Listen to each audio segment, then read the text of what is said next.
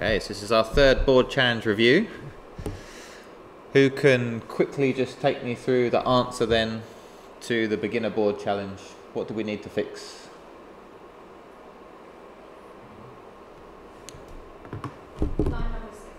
Line number 6. So we got an error there, line number 6, unexpected token. Yep, so it's given us a hint. We didn't have that before, obviously on the board challenge, but what do we need to change to fix that? Semicolon, what after it? Oh, still complaining. This is line 5, yeah? So we've got an extra or. So we're chaining all these or statements together. Or what? Doesn't make sense. So let's get rid of it. That would fix that. You okay? You can see it now? Yeah. Excellent. Line 1. Yep, so at the moment we've got here person.email, but we're not passing in an object anywhere. So let's make sure we're actually referencing that object and storing it in memory. So this is our object down here. Now we should be able to access the email, mobile and address property, or very soon we should be able to. We still can't because our object is not in the right syntax. Our object's looking a bit weird still, yeah. What's wrong with our object? Missing columns. Missing colons? Not colons, commas, yeah. So each key value pair needs to be separated by a comma. What happens if we put one at the end? I think I discussed this with most of you, but what happens if it's fine? Yeah, so if we add or move around properties later in the object, and maybe true is then not the bottom value, you know, maybe it was up there and other things were added in.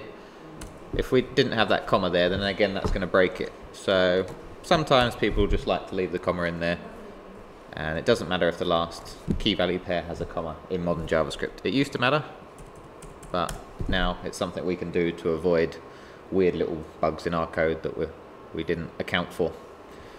Cool. That's looking pretty good. Anything else needs to be fixed on that? Line 14. Yep, so we should have a semicolon there. I don't think that was in the original, but again, that's me just being lazy at the end. Thank you for that, Vivian. Is that optional? Yeah, that's still an optional one, yeah, because you've invoked the function and JavaScript knows that's the end of the statement, yeah. The invocation is the end. So it is optional, but let's put it in. Cool. So, the general question was, what does this return?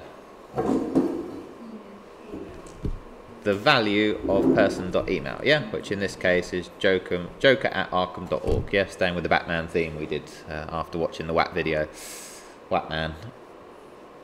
And now I asked a few questions, sort of what happens if we change these values to truthy, falsy, blah, blah, blah. But I opened up a little can of worms down here on mobile because I put a mobile number up here and I didn't enclose it in a string. I just left it as a number with a preceding 0. So let's say we just make email false. What should it return now? Just the number without the 0. Yeah, so it should return all of those digits. Anyone agree, disagree with that? Yep, agree. Okay, let me just run it. So that seems correct. 07843123666. Yeah? What happens maybe if, I don't know, I write a different preceding mobile number? So that will still just omit the 0, right? And we got 7710. I've got too many digits, but something like that. Let's run it now. Whoa, what's that number? What's happened there? Maybe because you think it's acceleration binary, you try to translate. So Davide said something interesting. He said, is it trying to maybe translate the number into a binary form, into a binary representation?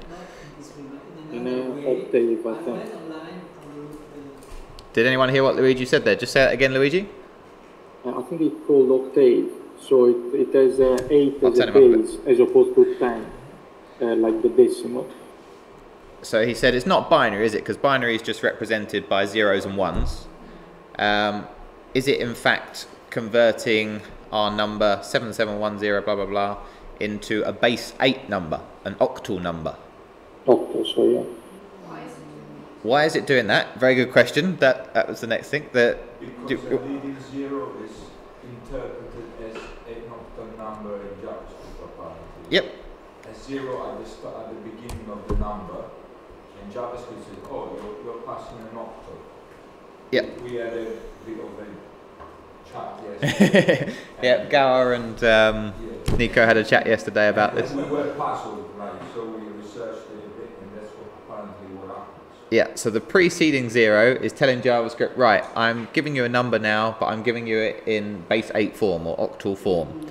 So, in other words, if we did 0 with just a 1, that still becomes 1. But if we did 0, 1, 1, then we've got 1 unit and we've got 1 lot of 8. Yeah, so that has changed it into 9. So it's the same way binary works in a way. The one represents a 1 or a 0 in the first, in the rightmost place. The rightmost digit represents a 1 or a 0, and then the next digit represents either an 8 or, is that right? Yeah, it'd be an 8 or a, yeah. So in octal form, this could be anything from 0 to 7, and that would just take the actual value. But then the next, where we have our 10s, instead we've got 8s. Yeah, so if we've got 1 8, then it's going to do 8 plus 7. If we've got 2 8s, it's going to do 16 plus 7, and so forth. Yeah, it's not a major point. I don't want to spend too much time on it, but just be aware that some numbers, if we precede them with something, then it turns them into a different form. If we have 0x, does anyone know? Hexadecimal, exactly, yep. So base 16. So if I now put a 1 here, what number is it going to give me? So I'm going to have 0x11. So in other words, 1 1 in hexadecimal. So you've got a 1, and then you've got a 16, so it should give us 17, right? Yeah. So just be aware that if it's doing some funny things, then that's why. That could be why. And let me go back to our other bit here. So why, when I had my other number, I think it was something like 07854, why did that number just print as it was? We put the 0 at the start, so we've said this is an octal. Yes. There is an 8. Ah, yeah. Do you hear that? Because there's an 8 in it. So it's impossible in a base 8 number system to have an 8. So it says, hang on, you've said octal, but you've got an 8 in there, so I'm really confused. Oh, I'll just return it as it is. Yeah? So that's why we still get 785431, whatever. Yeah? If you change it to a binary, so how do we do that? Is that 0b? No, it's not 0b. Oh, if I just did 0s and 1s, that would still interpret it as 0s and 1s, right? And that would convert that into base 8. Because there's no 8 or 9 in there. If we have a 9 in there, it's going to complain and just spit it out as it is. Yeah. Anyway, that was just a bit off topic, but it was quite an interesting little find there. So maybe just fix that by turning that into a string for now. Yeah, so that you can print a proper. Yeah, and then let's manipulate the string to check whether it's a valid number or something like that. Yeah. Cool. Let's not do any truthy and falsy things yet. We will get to those. Let's just fix the intermediate one. Great, can I ask? Yeah, go ahead, Luigi. Sorry, when we input the mobile, so is it like given this oddity, like this? Can you say it again? treat Is it what? Yeah, sure. Given the fact that there are all these peculiarities, such as a number depending on the digit it includes could be treated as a octal number, or what else? Yep. Do we normally treat it as a string? I think that's the easiest fix for now, and then we can use regular expressions just to check that they're valid mobile numbers and stuff like that. But yeah, for the time being, let's just input our mobile data as a string. I think is the easiest way, and then when we print it to the screen, we'll at least see it correctly. Yeah. Thank you. Cool. Okay, let's go truthy falsy values now. How many falsy values are there in JavaScript? 6. And what are they?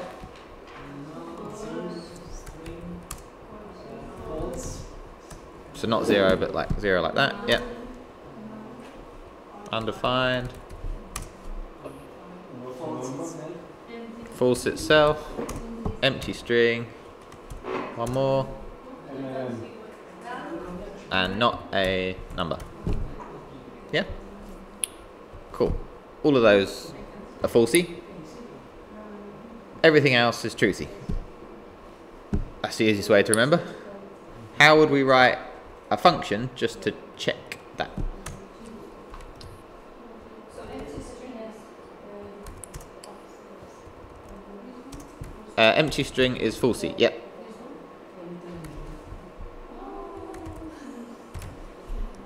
What's up? Our image was not really clear, and Change changing the options of the video. on the lowest quality. Oh yeah? And now And now it's high. Yeah, Okay. it was all we just struggling with that. Now you can see it. It's all become clear. YouTubers put their glasses on. Nice. Truthy or falsy then. Let's write a function to return whether a value is truthy or falsy. How would we do it if we weren't sure? If we ever forgot, we could just Google it, I guess. But let's write a function just as an exercise. When does JavaScript coerce things to truthy or falsy? Or what's one time when it does? an empty string, for example. We just return empty string because it's just returning the value, right? We're not testing anything yet, whether it's truthy or falsy. I haven't invoked the function, which is why we've got undefined down there. So let me just do that. And what do I need to do? I'm in DevTools, so I need to wrap it.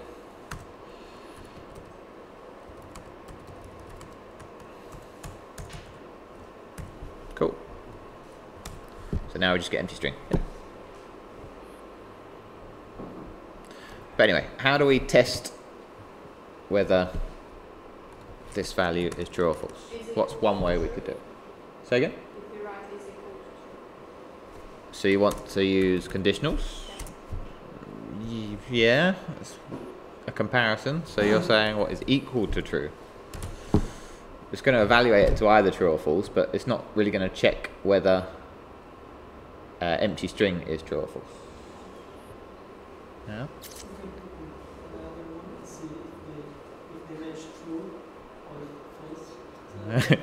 Okay, I'm thinking of something else. How about when we loop and we have if and else statements, while statements?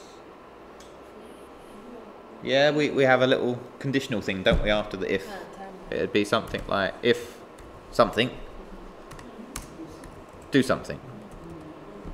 And if this was false in here, would this bit of code ever run? Would something in here ever run? No, it wouldn't, would it? So maybe we could set something up like if truthy, or if truthy, yeah, then return something like I am truthy. Truthy. And then we could have an else.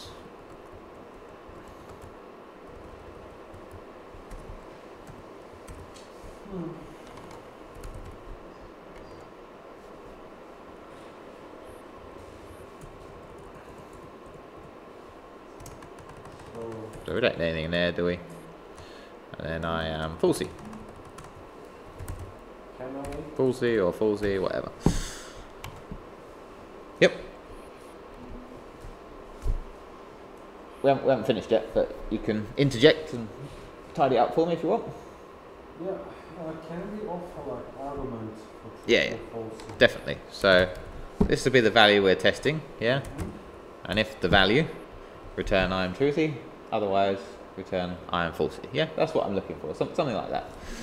And then down here, if we put, let's say, empty object,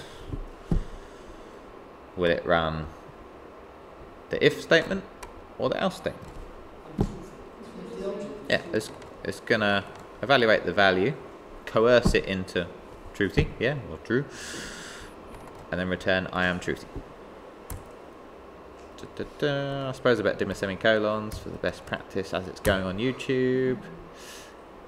Okay, now it looks alright, I think. Another one? No? Yeah, anyway. I am truthy, yeah, empty object. If we add an object with false values in it, truthy, falsy? Objects. So what will it return? I am truthy or I am falsy? Truthy still, right? Because it's an object. Yeah, okay, just checking. We're just testing the whole group's understanding. Don't get irate, Phileas. I know it's Friday, but... Cool. And then obviously any of the ones that we've just mentioned that are falsy, if we run that, I'm falsy. Yeah. So if you forget, you could write yourself a little function like that or just Google it. Cool. Let's go to intermediate and then we'll maybe look at doing some chaining within this function. Yeah, so we'll chain some things on like that and see what happens. Okay, let's fix this one first, just so that we're all up to speed and what was expected of the exercise on the intermediate. Who can start me off? What's one issue with that? Let me fix the object again, because we already spoke about that. Oh, and the object's written a bit weird down there.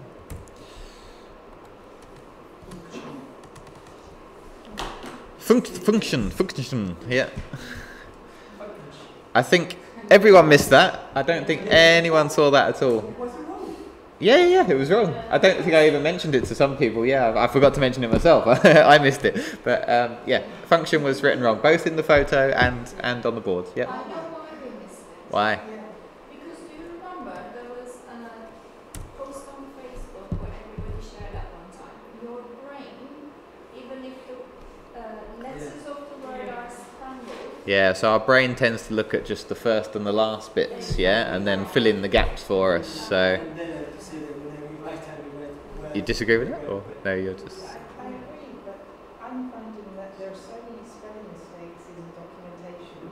Oh, right. That I'm trying to train myself not to see Yeah. the spelling mistakes in Sure.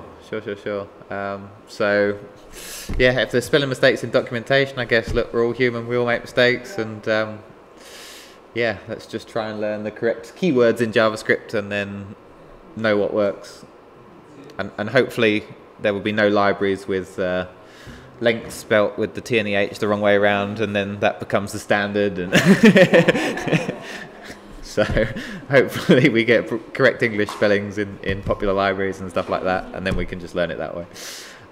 Cool, but let's just learn the core language of JavaScript and we'll be okay. Nice. What else do I need? Pass the argument again, so we can still call it person, and therefore we need it all down here as well to access it. Someone used object destructuring to do this as well, which was quite nice. I quite like that. In which case we wouldn't need to write person dot each time. We could have just left it as active, mobile and address, and passed it in as a destructured object up here with active, mobile and address. Anyway, we'll talk about object destructuring at another point, but that was just a really nice, elegant way to approach that problem, I think. Credit to Walter, by the way. I should credit him. Okay. Anything else? Yeah, Florian, do you know had anything else? Oh, we didn't have that this time, did we? But I put it there for whatever reason. Cool.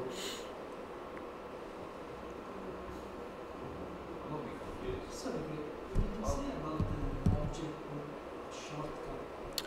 Yeah, so someone used object destructuring up here just to pass in active, mobile, and address.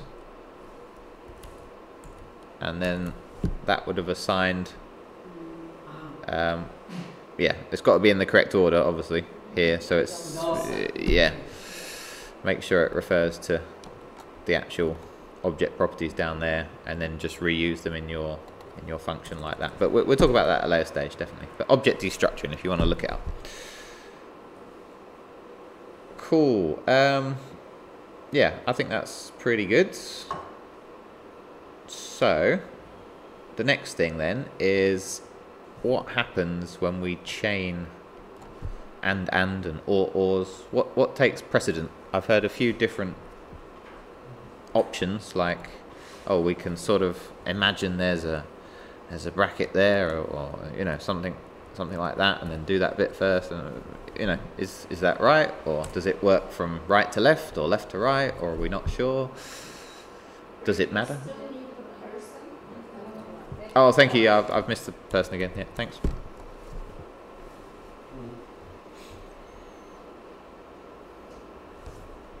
So if you're not sure in JavaScript what operator takes a precedent at any time, in other words, should we do an and first or a plus first or anything like that, then there's a good reference again on MDM, operator precedence even, and we can see here we've got logical and, logical or, and we can see that and actually has a slightly higher precedence than or. So in other words, we would do the and bit first, and then we do the or bit. Now sometimes it won't matter, but that is actually how JavaScript is interpreting it. Yeah, and you can see that equalities come before that, and so on. Yeah, and I can share that on Slack, of course. And the top precedence is obviously a bracket. Yeah, brackets come first, the same as maths. But it's a good little useful reference if you need it. Just wanted to highlight that. Cool. So let's go back to maybe our console we can do now. And is it gonna how do I hide it? Otherwise we might okay, I don't want it to evaluate as we go along. Let's go back to our actual function then, and that won't tell me until we run it. So at the moment, person.active is true, mobile is a string, not an empty one, and address is another string, not an empty one. So what will this function return?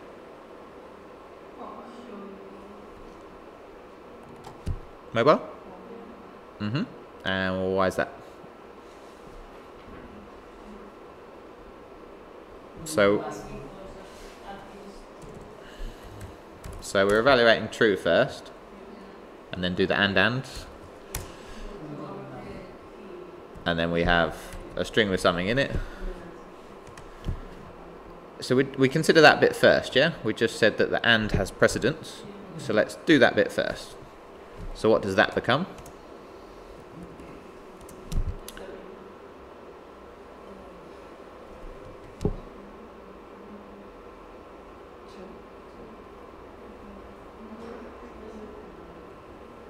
No. The string. The string, yeah.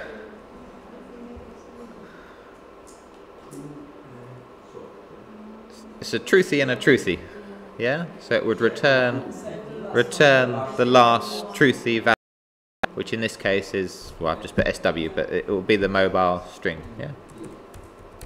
Okay, so then we're left with the mobile string, or the address, whatever the address is, and that will still return the mobile, because or returns the first truthy, and returns the last truthy, or returns the first truthy value. Yeah, the actual value itself. Cool. And then if we had empty string and undefined,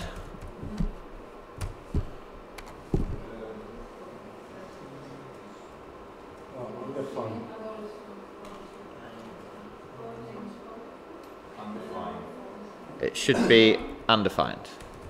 Yep. Because or returns the last falsy value, because it has to keep checking. Is there something that's true? Is there something that's true? Is there something that's true? So no matter how many we chained on of falsy values, whatever you want to put, we can put them all in here, yeah. We can put a 0 in there. It's always going to return the last one, as long as they're falsy, right? The last falsy value. So that in this case would return 0. If somewhere in there we had something that was truthy,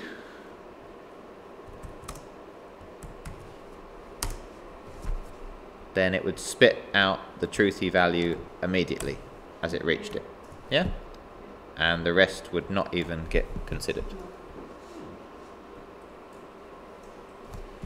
So, in case you don't believe me, let's just throw some random combinations into the console and see. So anyone just shout out any values in JavaScript and join them in any way you want, and we'll see if we can work through it step by step and get the correct answer. Okay, undefined or So undefined or empty string. Undefined or empty string. What do we think, guys? The last one? The last one. Yep. Yeah. Correct. Yep, empty string. Can So, we add and true? on the end? Okay.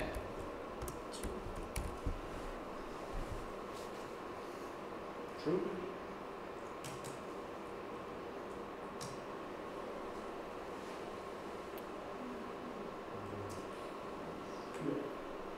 Yeah, so the ands take precedence, so we should do that bit first.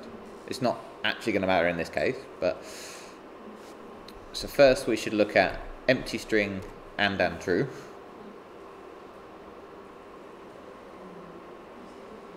That's true.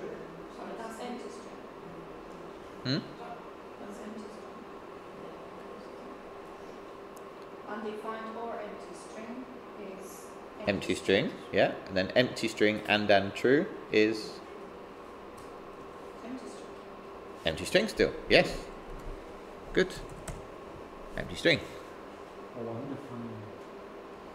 Yeah, so it doesn't matter which way around you do it, because just considering that would be empty string,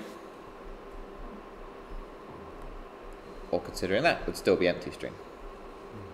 Yeah, so it doesn't matter in this case, but try and do your and statements first, because they take precedence, and then compare whatever's left. So that would have condensed down into that, yeah, which is the same as before. Anything else we want to chain on? Another and? Yeah, but you know, you can play around with this as much as you want, but just consider them in pairs. So let's add empty array in there. So the precedence is left to right, but also and takes precedence, yeah? So to me, that means we should do that bit first, because that's the first and statement going from left to right. So that becomes empty string. And then we're left with empty string and empty array, which is still empty string. And then we're left with undefined or empty string, which is still empty string. Right? So if we do that, still empty string. Yep.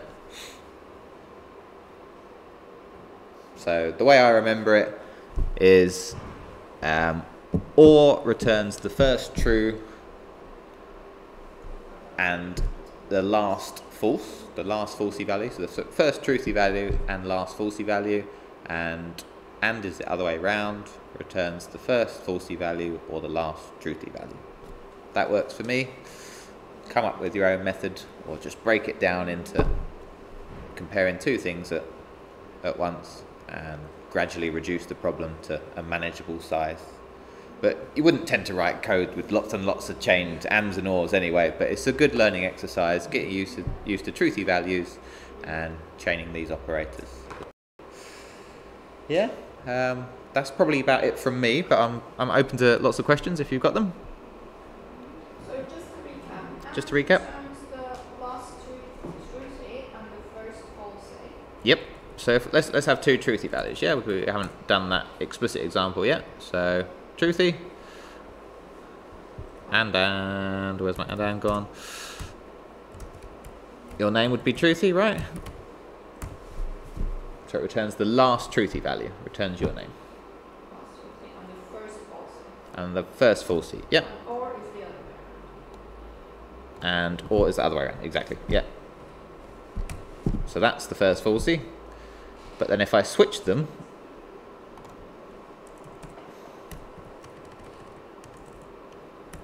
still return empty string, yeah?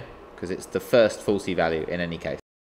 Whether it comes first or whether it comes last, because the other one was true. Whoops, what have I done there?